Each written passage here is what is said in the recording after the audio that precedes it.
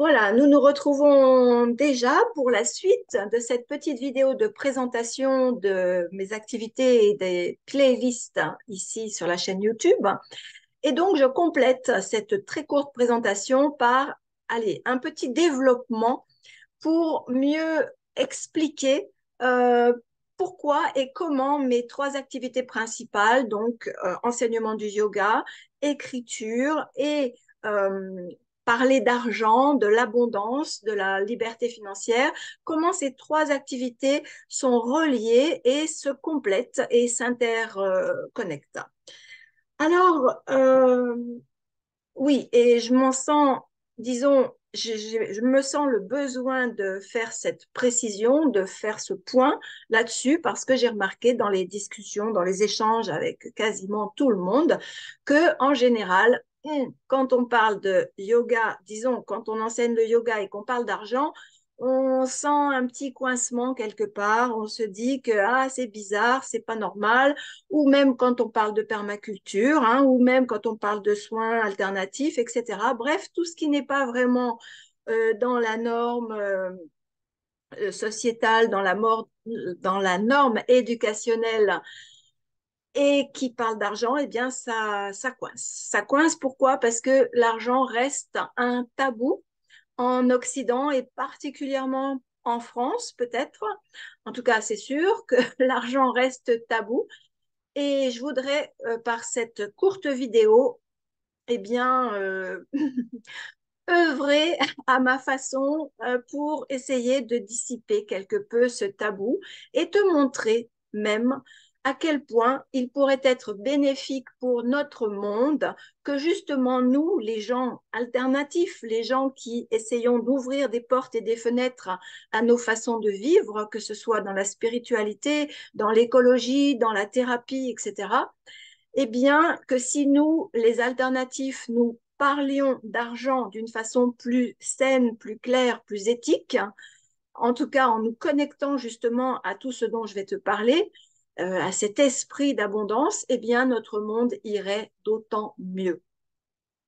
Cela étant dit, je vais commencer cette vidéo par un article que j'ai trouvé aujourd'hui, en tout cas hier, dans le journal du yoga de ce mois-ci. Et tu vas voir, c'est étonnant. Comme par hasard, alors lui est à l'envers. Bon, tant pis, je vais le lire. Le titre, L'esprit d'enrichissement, une autorisation de prospérer. C'est un journal du yoga, d'accord? Bon, ok. Je vais te lire donc le début de cet article. Écoute bien parce que c'est des mots qui percutent, hein. L'argent n'est pas tabou en Chine. Bon, d'accord, c'est en Chine, mais pourquoi pas chez nous? D'accord? Je reprends. L'argent n'est pas tabou en Chine. Il est fête, réjouissance. Il est même une voie d'accomplissement de l'homme à tout point de vue. Et il est avant tout dans le social. L'argent ne s'inscrit pas dans le monde de l'avoir, L'-A-V-O-I-R, mais dans celui du flux d'énergie, de l'être social et du partage. L'argent est un lien entre les mondes invisibles et visibles. En témoignent les idéogrammes qui portent cet esprit, qui ne sont pas sans évoquer cette approche du yoga qui le définit comme habileté dans les actes. Habileté dans les actes. L'argent nous permet en fait de réaliser, de rendre manifeste par des actions nos pensées, nos intentions, nos souhaits, nos désirs. Bon, je ne vais pas tout lire, l'article est très intéressant, inutile de préciser, parce que justement, il fait apparaître, il fait appel à tout cet esprit d'abondance auquel nous devrions nous reconnecter plutôt que d'écouter des conseils tout à fait malsains qui viennent des informations traditionnelles qui nous enjoignent à nous soumettre à une misère plus ou moins acceptée. Le monde, la vie, ça n'est pas ça. Pas du tout. D'ailleurs, pour encore, si tu veux des preuves, si besoin, Tu sais peut-être, en tout cas c'est mon expérience, puisque j'ai quand même côtoyé de nombreux maîtres spirituels en Inde, eh bien il y a de très nombreuses célébrations, des rituels, et je suis sûre qu'en Chine il y en a et dans beaucoup d'autres pays il y en a aussi, qui visent à souhaiter, à apporter la prospérité, l'abondance à tout un chacun.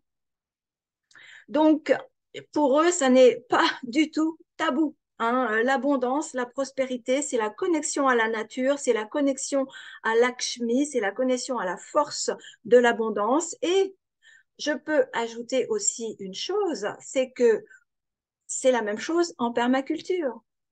Ça va peut-être te surprendre aussi, mais tout est lié. Qu'est-ce qu'on fait en permaculture? On crée un écosystème dans lequel tous les éléments sont interconnectés et euh, comment dire, deviennent une synergie qui reproduit celle de la nature. Et dans le monde de l'argent, dans le monde de l'abondance, c'est pareil. On recrée cette synergie. Je dis on recrée parce qu'on est obligé de la recréer puisqu'on a tout perdu. On était en Occident, dans un mode de pensée, allez, c'est un rail. On a un job, on a une banque, on bosse jusqu'à la retraite et à la retraite, ben voilà, si on a un peu de chance, on vit un petit peu, mais sinon, on fait ce qu'on peut. Bon, ben c'est pas ça, la vie. En tout cas, il y a d'autres façons de vivre en se connectant, en se reconnectant à l'abondance.